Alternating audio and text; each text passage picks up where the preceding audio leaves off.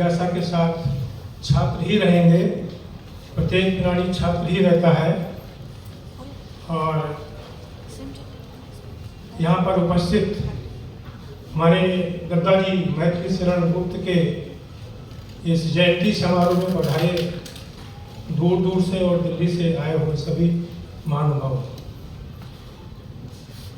अभी 3 हमारे देश के प्रख्यात अधिवक्ताओं ने और उसके बाद हमारे अनिल जी न्यायमूर्ति जी बोलेंगे। तो चूंकि आज का विषय कानून से संबंधित है, तो मैं दद्दा जी का एक वाक्य था, उसमें दद्दा जी ने सारी बात कह दी थी। उनका जीवन का जो सूत्र था कि जीवन जीने के लिए तर्क देते हुए दद्दा जी ने कहा था कि प्रत्येक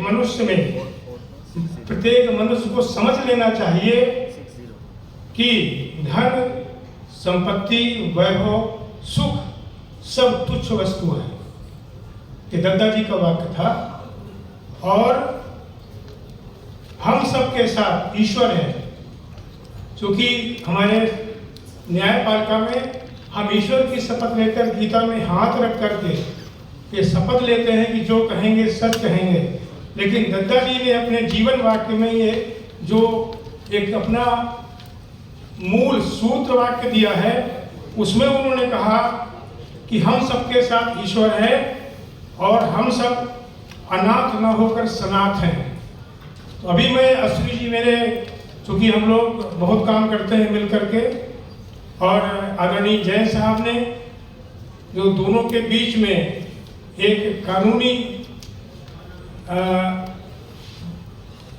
बातचीत जो उनकी हुई, मैं उसको बातचीत ही कहूँगा, कि अश्विनी जी ने जो मुख्य मुद्दे रखे और उन्होंने सारे देश में जिस तरह से अपने 2024 के चुनाव में ये कानून के सुधारों के बारे में देश को बताया, उसके आधार पर जो देश में आज कानून के सुधार की जरूरत है और उसको जिस तरह से जैन साहब ने आध्यात्म की ओर ले गए, तो मैं दद्दा जी के इस आध्यात्म की ओर आपको केंद्रित कर रहा हूँ।